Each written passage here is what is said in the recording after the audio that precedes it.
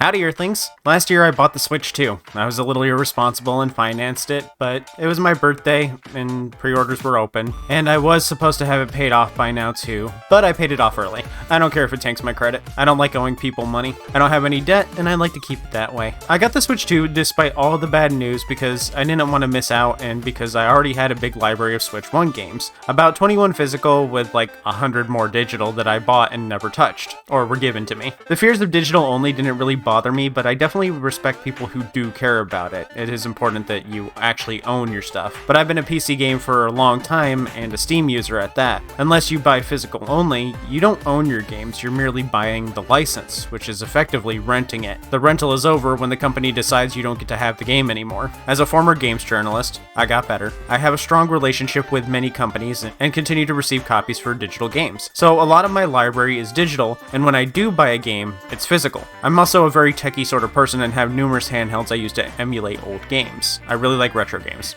I'm not someone who feels pressured to buy all these remasters, remakes, and Switch Online subscriptions. A lot of the remastered games introduce new bugs or get overproduced and run worse than the originals did, and it's not like Nintendo's gonna release an English version of Mother 3 ever. I'm also 35. It's normal for me to just be okay with playing old junk. The main reason I got my Switch 2 wasn't to play the new stuff on the horizon, it was to play my Switch 1 games at a stable and playable frame rate. Most Switch 1 games didn't run well on original hardware. That's why so many streamers got busted for emulating their games, because they genuinely ran better on emulation. My Steam Deck can run Switch 1 games better than the Switch 1 could. I also have a library near me that stocks games, so I knew that anytime something new came out, I only had to visit the library and I could play it for free. If I'm gonna rent the game, I may as well rent it for free from the library. The things I knew I wanted, I'd buy flat out, like I did with Kirby Air Riders. Best game ever, by the way. Kirby Air Ride was already the best game, and Riders is just Ride but more, so easy get for me. Other games I wasn't so sure about, like Donkey Kong Bonanza, I borrowed and I ended up loving. I'll definitely pick it up when it's on sale. Not a fan of everything being an open world game from Nintendo right now, but still a perfectly fine game. But it's not a system I use much right now, so let's get into that. What I think about it a year later. Out of my backlog games, I've beaten about 3 games. Has nothing to do with how they play. Everything I've tried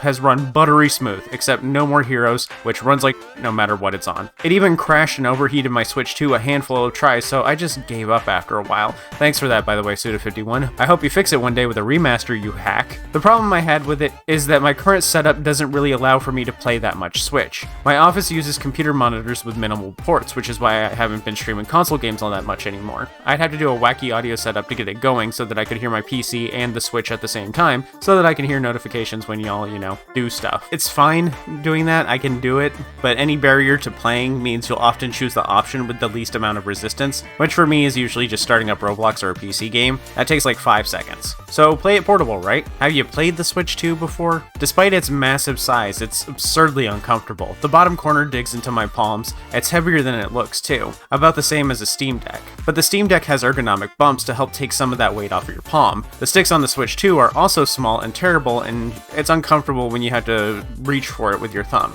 But it's still perfectly suitable for RPGs that I'm going to be playing on the Switch 2 regardless, because I use it mostly to play RPGs. But the Steam Deck has full sticks. This isn't to say just get a Steam Deck though. I've never liked that argument, it's not a great one. They're like 2 entirely different things. But I play the Steam Deck somehow even less, mostly because my wife won't let me install emulators on it because she's worried that I'll just fill it with PS2 games, and she's right, I would fill the crap out of that memory with PS2 games. I still wouldn't play it much though. My office chair is comfy. I'm fine playing PC games at my desk where I can run everything the deck can and better. But this is about the Switch 2. My number one gripe with it is that it's way too big and way too uncomfy. If they make a light version of it, I'll be first in line. I'm not a very responsible person when it comes to video games. So my biggest barrier to entry is the lack of ergonomics. It's heavy and it causes me physical pain in my hands to use it. It's like this because of Nintendo's love of gimmicks. They rather pack the thing full of gimmicks than have it be a practical system that just makes sense. I would gladly throw away every single gimmick on the Switch 2 just to have ergonomics and Hall effect sticks. My Joy-Cons haven't busted yet, but they can't have Hall effect on the sticks because of the Joy-Cons magnets. The magnets would cause interference with the Hall effect sticks, which would make it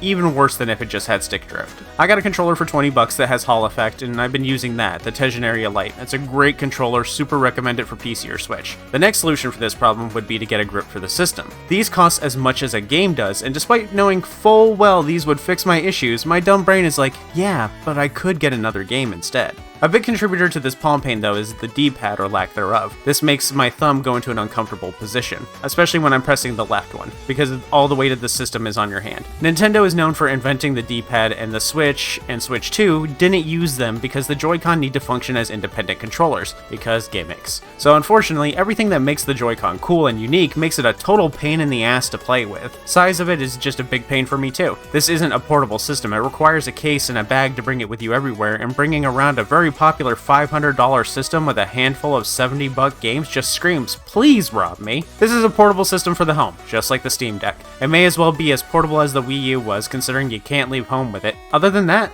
this is a great system. It's powerful, plays all your Switch 1 games even better than they did on the Switch 1, especially if they had frame rate unlocking like Neo Twoie, and has a growing library with new and sometimes even good games. But I also hate it because it's just so painful to use, sometimes quite literally. I wish we could have this power but smaller. I miss when portable gaming meant it could fit in your pocket, but the Switch has entirely killed off that kind of portable gaming. Everything wants to be a Switch now, and it sucks. It would be so easy for a company to come in with a low-powered system for just $100 and just sweep up all the competition. But no one wants to do that, because everyone wants to be the powerful system.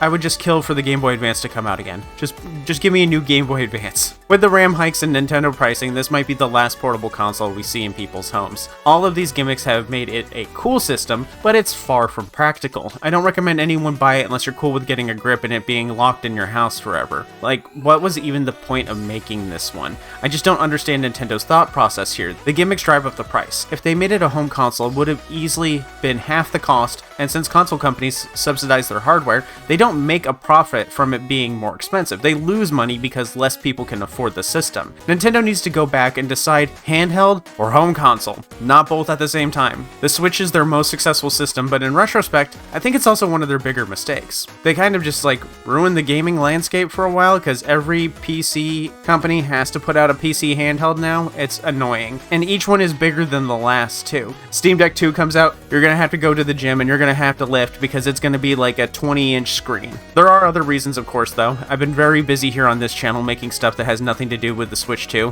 which it's hard nowadays to find time to do stuff if it's not related to being able to make money to pay my bills and live. I'm sure I'd play it a lot more if I could make money making YouTube videos on the Switch 2, but I guess this video will tell me how viable that is. I've also been busy because I got into crack.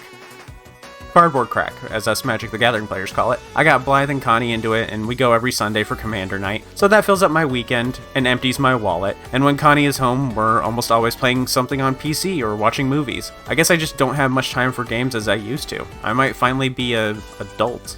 But I did make a New Year's resolution that I would beat all my physical Switch games, so I have to take another crack at it. I'm only 5 months in, and I haven't beaten even one of them. Awesome. Well, who actually finishes their resolutions anyway? I'm not against trying again, though. But that means I might have to play Switch on streams again, since that's when I get most of my gaming done. We'll see, I guess. I know getting a grip would probably fix all of my issues with it, but it's hard to justify getting a grip for a system I don't play. But I know getting one would make me play it more. Oh, jeez. If only there were a case maker out there who could send me one for review.